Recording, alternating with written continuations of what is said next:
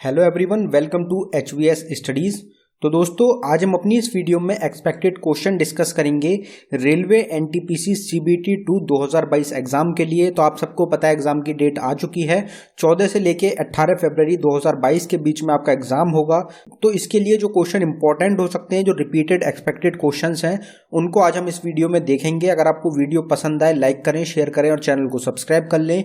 इस वीडियो को आप मिस ना करें, इस वीडियो को स्टार्टिंग से एंड तक देखें।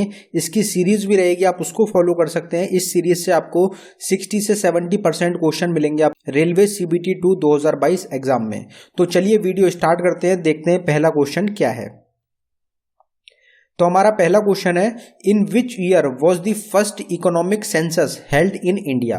तो भारत के अंदर पहला इकोनॉमिक सेंसस जो था, जो करा गया था, वो कब किया गया था, कौन से ईयर में किया गया था। तो हमारा आंसर हो जाएगा 1977। 1977 में पहला इकोनॉमिक सेंसस किया गया था इंडिया के अंदर। तो ये आपको पता होना चाहिए। अगला क्वेश्चन देखते हैं हमारा, Who was the chief commander of Akbar in the battle of Haldighati. तो हल्दीघाटी की जो लड़ाई हुआ था, हल्दीघाटी का जो युद्ध लड़ा गया था, हल्दीघाटी कहाँ पे है, तो ये है राजस्थान में। तो हल्दीघाटी का जो युद्ध लड़ा गया था, तो उस टाइम पे अकबर की तरफ से उनके चीफ कमांडर कौन थे। तो हमारा आंसर हो जाएगा मान सिंह। मान सिंह जो थे, ये चीफ कमांडर थे अकबर फोर्स की तरफ से, जो कि हल्दीघाटी का युद्ध हुआ था। अब अगर हल्दीघाटी की इसकी युद्ध की बात करी जाए तो इसकी कोई डिटेल देख लेते हैं, ये कब हुआ था। तो 1576 में बैटल ऑफ हल्दीघाटी लड़ी गई थी। किस किस के बीच में लड़ी गई थी, तो महाराणा प्रताप ऑफ मेवाड़ और अकबर के चीफ रहेंगे जनरल मान सिंह के बीच में इस युद्ध को लड़ा गया था। इस बैटल में मान सिंह ने महाराणा प्रताप को हरा दिया था और चित्तौड़ को कैप्चर कर लिया गया था मुगल्स के द्वारा। तो ये नतीजा रहा था इस बैटल का। आपको ईयर भी याद रखना है, किस किस के बीच में लड़ी गई ये भी ध्यान रखना है, किसने जीता था ये भी आपको ध्यान रखना है। Where was the Bangabandhu Bapu museum inaugurated in the month of March 2021। तो 2021 का पूरा करंट अफेयर आपको ध्यान रखना है, उससे एग्जाम में क्वेश्चन पूछे जाएंगे। तो बंगबंधु बापू म्यूजियम इनॉग्रेट किया गया था मार्च 2021 में। तो ये कहाँ पे इनॉग्रेट किया गया, तो हमारा आंसर हो जाएगा ढाका। तो ढाका जो कि कैपिटल है बांग्लादेश की, वहाँ पे बंगबंधु बापू म्यूजियम का इनॉग्रेशन किया गया था मार्च 2021 में। तो बागबंधु जो है, इनको बांग्लादेश में जो मुजीबुर रहमान है उनको बोला जाता है बंगबंधु, और बापू आपको पता ही है महात्मा गांधी को बापू बोला जाता है। अगला क्वेश्चन देखते हैं, where is the headquarter of United Nations Environment Programme UNEP located. तो यूनाइटेड नेशंस एनवायरनमेंट प्रोग्राम का हेडक्वार्टर कहाँ पे लोकेटेड है, तो हमारा आंसर हो जाएगा नायरोबी। नायरोबी जो जगह है यहाँ पे लोकेटेड है UNEP का हेडक्वार्टर। नायरोबी जो है ये कहाँ की रहेगी जगह, तो नायरोबी एक जगह है केनिया में, जहाँ पे हेडक्वार्टर रहेगा। डायरेक्टर जनरल कौन है करंट टाइम में, तो इंगर एडरसन करंट टाइम में डायरेक्टर जनरल हैं यूनाइटेड नेशन एनवायरनमेंट प्रोग्राम के। ये फाउंड किया गया था 1972 में। यहाँ पे इंटरनेशनल ऑर्गेनाइजेशन की बात हुई है, तो और कुछ इंटरनेशनल ऑर्गेनाइजेशंस का हेडक्वार्टर देख लेते हैं। नाटो एक ऑर्गेनाइजेशन रहेगी, नॉर्थ अटलांटिक ट्रीटी ऑर्गेनाइजेशन, जिसका हेडक्वार्टर है ब्रुसेल्स बेल्जियम में। वर्ल्ड बैंक का हेडक्वार्टर है वॉशिंगटन DC अमेरिका में। इंटरनेशनल लेबर ऑर्गेनाइजेशन का हेडक्वार्टर रहेगा जिनेवा स्विट्जरलैंड में। जिनेवा स्विट्जरलैंड में सबसे ज़्यादा इंटरनेशनल ऑर्गेनाइजेशंस के हेडक्वार्टर रहेंगे। वर्ल्ड फूड प्रोग्राम का हेडक्वार्टर है रोम इटली में, और Food and Agriculture Organisation important रहेगी, रोम इटली में इसका हेडक्वार्टर रहेगा। यूनिवर्सल पोस्टल यूनियन का हेडक्वार्टर है बर्न स्विट्जरलैंड में। वर्ल्ड मेट्रोलॉजिकल ऑर्गेनाइजेशन का भी रहेगा जिनेवा स्विट्जरलैंड में ही हेडक्वार्टर। तो ये हेडक्वार्टर्स हैं। इसकी सेपरेट वीडियो भी रहेगी एक, जिसमें आपको इंटरनेशनल ऑर्गेनाइजेशंस के हेडक्वार्टर, हेड, फाउंडेड ईयर, ये सब आपको उसमें मिल जाएंगे, तो आप उसको भी देख सकते हैं। What is the name of the first animal vaccine against corona virus. तो कोरोना वायरस के खिलाफ जो पहली एनिमल वैक्सीन रहेगी वो कौन सी, उसका क्या नाम है, तो आपका आंसर हो जाएगा कार्निवेक कोव। कार्निवेक कोव जो है ये पहली वैक्सीन है एनिमल्स के लिए, जानवरों के लिए पहली वैक्सीन बनाई गई थी, उसका नाम रहेगा कार्निवेक कोव। किसके द्वारा डेवलप करी गई है, तो रशिया के द्वारा करी गई थी। अगर आपसे पूछा जाए कि सबसे पहली वैक्सीन दुनिया में किसके द्वारा लॉन्च करी गई, तो वो रहेगी, वो भी रशिया के द्वारा ही लॉन्च करी गई थी, स्पुतनिक V। स्पुतनिक 5 जो है ये पहली वैक्सीन दुनिया के द्वारा लॉन्च करी गई थी, और वो भी रशिया ने करी, और पहली एनिमल की भी रशिया ने ही करी है।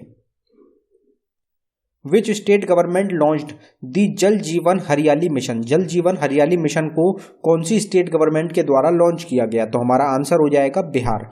बिहार स्टेट ने लॉन्च किया है जल जीवन हरियाली मिशन को। आपको यहाँ पे एक बात ये जरूर ध्यान रखनी है कि जो स्टेट स्कीम्स हैं या फिर सेंट्रल स्कीम्स हैं उससे रिलेटेड एक क्वेश्चन आपको हर शिफ्ट में पूछा जाएगा CBT 2 या फिर ग्रुप डी के एग्जाम में। तो इस टॉपिक को आप अच्छी तरीके से तैयार कर लें। अगर कुछ और मिशंस की बात करी जाए तो zero interest crop loan scheme एक लागू करी गई थी आंध्र प्रदेश के द्वारा। मुख्यमंत्री घर घर राशन कार्ड योजना लाई गई थी दिल्ली के द्वारा। किसान फसल राहत योजना लाया गया था झारखंड के द्वारा। सेहत हेल्थ इंश्योरेंस स्कीम लाई गई है जम्मू कश्मीर के द्वारा। स्मार्ट किचन स्कीम काफी बार एग्जाम में पूछी जा चुकी है, केरला के द्वारा लाई गई थी। लॉन्च पैड स्कीम को लाया गया था मध्य प्रदेश के द्वारा। अगले क्वेश्चन पे बढ़ने से पहले हम आपको बताना चाहते हैं स्टैटिक जीके एक टॉपिक वाइज ई बुक रहेगी जो कि हमारे द्वारा लॉन्च करी गई है और इससे आपको आपके एग्जाम में काफ़ी ज़्यादा मदद मिलेगी। ये ई बुक सिर्फ आपको 69 रुपीज़ में प्रोवाइड कराई जा रही है। इस पर आपको फ्लैट 67% ऑफ दिया जा रहा है। ये साइड में आपको जो दिख रहे हैं ये टॉपिक्स रहेंगे जो कि इस ई बुक में आपको मिलेंगे और ये टॉपिक्स ऐसे हैं जिनसे आपको एग्जाम में 100% क्वेश्चन देखने को मिलते हैं। तो अगर आप इंटरेस्टेड हो तो लिंक आपको डिस्क्रिप्शन में प्रोवाइड कराया गया है, आप डिस्क्रिप्शन में जाके इसको बाय कर सकते हैं। अगर डाउनलोडिंग में कुछ इशू आता है तो ये हमारी नीचे जीमेल आईडी आपको प्रोवाइड कराई गई है, आप इस पर डायरेक्टली मेल कर सकते हैं। Which space agency has announced an orbiter mission named EnVision to study Venus. तो वीनस की स्टडी करने के लिए एनविजन एक ऑर्बिटल मिशन जो है ये अनाउंस किया गया है। तो ये कौन सी स्पेस एजेंसी के द्वारा अनाउंस किया गया है? तो हमारा आंसर हो जाएगा ESA। तो यूरोपियन स्पेस एजेंसी ने अनाउंस किया है एक ऑर्बिटर मिशन को जिसका नाम रहेगा एनविजन टू स्टडी वीनस। अगर और कुछ मिशंस की स्पेस से रिलेटेड बात करी जाए तो नासा और इसरो का एक मिशन रहेगा जिसका नाम है निसार। निसार जो मिशन है ये लॉन्च किया जाएगा 2023 में। ये एक जॉइंट मिशन रहेगा नासा और इसरो का। नासा ने एक लूसी मिशन को लॉन्च किया था अक्टूबर 2021 में। किसकी स्टडी के लिए? जुपिटर की स्टडी के लिए। चाइना ने अपना पहला सोलर एक्सप्लोरेशन सैटेलाइट लॉन्च करी थी XIHE जो कि लॉन्च करी थी इन्होंने अक्टूबर 2021 में। यूटेलसेट क्वांटम एक सैटेलाइट लॉन्च करी गई है यूरोपियन स्पेस एजेंसी के द्वारा। जेफ बेजोस पहले ट्रैवलर बने हैं स्पेस में जाने के लिए जिन्होंने जुलाई 2021 में स्पेस में गए थे। पहले बिलियनियर रहेंगे दुनिया के। ये कौन से रॉकेट से गए थे? तो न्यू शेफर्ड रॉकेट एरोप्लेन रहेगा जिसके द्वारा जेफ बेजोस गए थे। ये 4 लोग गए थे। वीजा वुडसेट वुडन सैटेलाइट रहेगी, ये भी लॉन्च करी गई है यूरोपियन स्पेस एजेंसी के द्वारा। सुपरबिट टेलीस्कोप लॉन्च किया जाएगा 2022 में अमेरिका के द्वारा। Which is the first country in the world to legalise bitcoin. तो बिटकॉइन को लीगलाइज करने वाली पहली कंट्री कौन सी थी? तो हमारा आंसर हो जाएगा एल सल्वाडोर। एल सल्वाडोर पहली कंट्री थी जिन्होंने लीगलाइज करा था बिटकॉइन को। Which was the first country in the world to legalise equal pay between man and women. तो महिलाओं को और पुरुष को इक्वल अमाउंट में पैसा मिलना चाहिए, ये कौन सी कंट्री ने लीगलाइज किया था सबसे पहले? तो आपका आंसर हो जाएगा आइसलैंड। आइसलैंड जो है इन्होंने लॉ बनाया है कि मैन और वुमेन को दोनों को इक्वल पे मिलना चाहिए। In which state is the Palghat pass located. Palghat pass जो है ये कौन सी स्टेट है इंडिया की जहां पे ये लोकेटेड है? तो हमारा आंसर हो जाएगा केरला। केरला जो स्टेट है वहां पे लोकेटेड है पालगढ़ पास। तो यहाँ पे पासों की बात हुई है तो पासों को एक बार देख लेते हैं हम। पीर पंजल पास और बनिहाल पास ये दोनों कहाँ पे लोकेटेड हैं? ये लोकेटेड है जम्मू कश्मीर में। जोजिला पास कहाँ पे है? लद्दाख में। ये सभी इंपॉर्टेंट पासेस हैं, ये इनसे आपको क्वेश्चन अगर पास से पूछा जाएगा तो आपको इस वीडियो में इस क्वेश्चन में वो पास मिल जाएगा। करदुंगला पास जो है ये है लद्दाख में। उमलिंगला पास है लद्दाख में। रोहतांग पास काफ़ी एक फेमस रहता है हिमाचल प्रदेश में रहेगा। शिपकीला पास और देपसा पास ये दोनों लोकेटेड है हिमाचल प्रदेश में। लिपू लेक पास लोकेटेड है उत्तराखंड में। माना पास और नीति पास ये भी लोकेटेड है उत्तराखंड स्टेट में। नथुला पास और जिलेपला पास ये भी लोकेटेड है सिक्किम में। बोमडिला पास और दिहांग पास ये दोनों लोकेटेड है अरुणाचल प्रदेश में।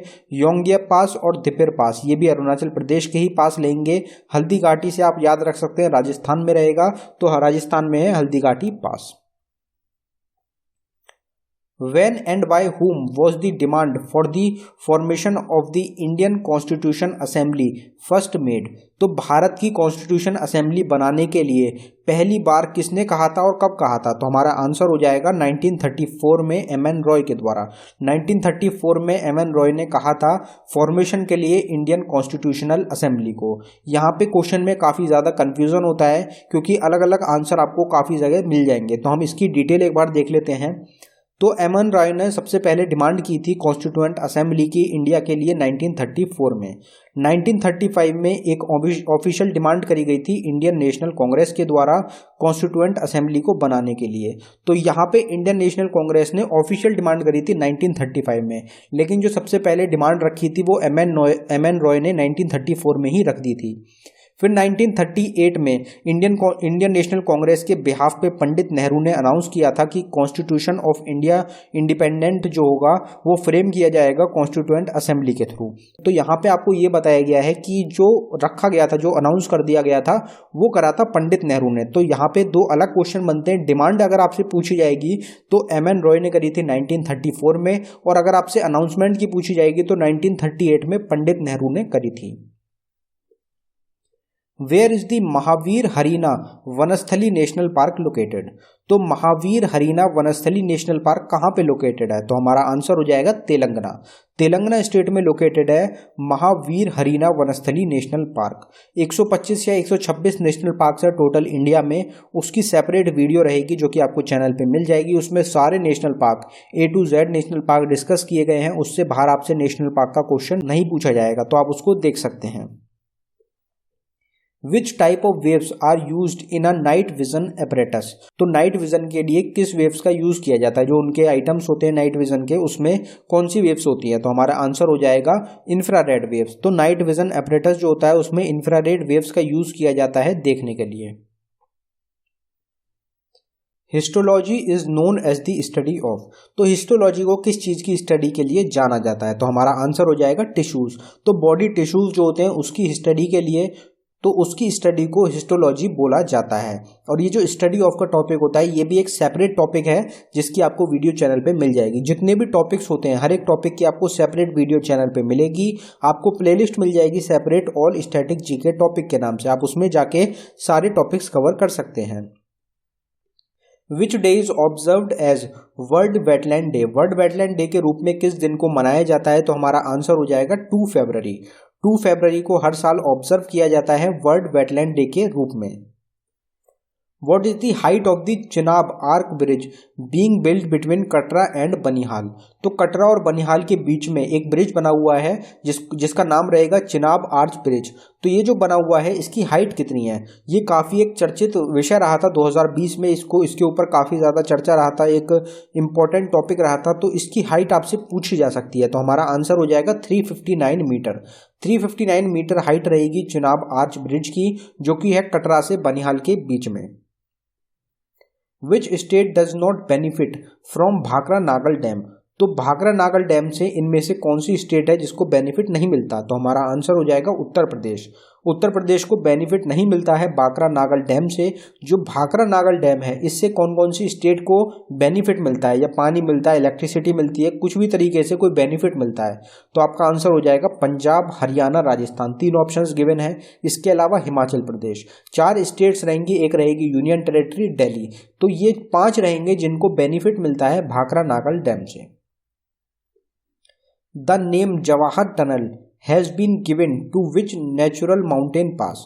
तो इनमें से कौन सा एक नेचुरल माउंटेन पास है जिसका नाम रखा गया है जवाहर टनल? तो हमारा आंसर हो जाएगा बनिहाल पास। बनिहाल पास का नाम जवाहर टनल भी रहेगा। कहाँ पे लोकेटेड है? तो जम्मू कश्मीर में लोकेटेड है, हमने पीछे ही डिस्कस किया है। Who among participated in the Shimla conference as a representative of Congress? तो कांग्रेस की तरफ से किसने रिप्रेजेंट किया था शिमला कॉन्फ्रेंस में? तो हमारा आंसर हो जाएगा अब्दुल कलाम आज़ाद। तो अब्दुल कलाम आज़ाद जो है इनके द्वारा रिप्रेजेंट किया गया था कांग्रेस को शिमला एग्रीमेंट में, शिमला कॉन्फ्रेंस में। अब शिमला कॉन्फ्रेंस में किस किस के बीच में ये कॉन्फ्रेंस जो हुई थी? तो आपको ध्यान रखना है कि शिमला कॉन्फ्रेंस ऑर्गेनाइज करी गई थी 25 जून 1945 को, जिसमें कि वेवल प्रपोजल के ऊपर डिस्कशन किया गया था। अबुल कलाम आज़ाद ने रिप्रेजेंट किया था कांग्रेस को और मोहम्मद अली जिन्ना ने रिप्रेजेंट किया था मुस्लिम लीग को। मोहम्मद अली जिन्ना को फादर ऑफ पाकिस्तान भी बोला जाता है। तो ये दोनों रहेंगे, मोहम्मद अली जिन्ना रहेंगे मुस्लिम लीग के रिप्रेजेंटेटिव, अबुल कलाम आज़ाद रहेंगे कांग्रेस के रिप्रेजेंटेटिव। तो ये आपको ध्यान रखना है, आपसे पूछा जा सकता है। आपको ईयर भी याद रखना है 1945। Which scholar composed Ain i Akbari during the reign of Akbar. तो आइन ए अकबरी जो कि एक बायोग्राफी रहेगी अकबर की, ये किसके द्वारा कंपोज की गई थी? तो हमारा आंसर हो जाएगा अबुल फजल। अबुल फजल के द्वारा लिखा गया था आइन ए अकबरी को, जो कि बायोग्राफी रहेगी अकबर की। और ये जो ओल्ड बुक्स होती हैं, जो ये एंशिएंट बुक्स हैं, इनके ऊपर आपसे एग्जाम में काफ़ी क्वेश्चन पूछे जाते हैं। तो बुक्स एंड ऑथर्स का टॉपिक भी आपको चैनल पे मिल जाएगा। तो दोस्तों ये था हमारी वीडियो का आखिरी क्वेश्चन। अगर आपको वीडियो पसंद आई हो, वीडियो को लाइक करें, चैनल को सब्सक्राइब कर लें और बेल आइकन को ज़रूर दबाएं नोटिफिकेशन के लिए। धन्यवाद दोस्तों।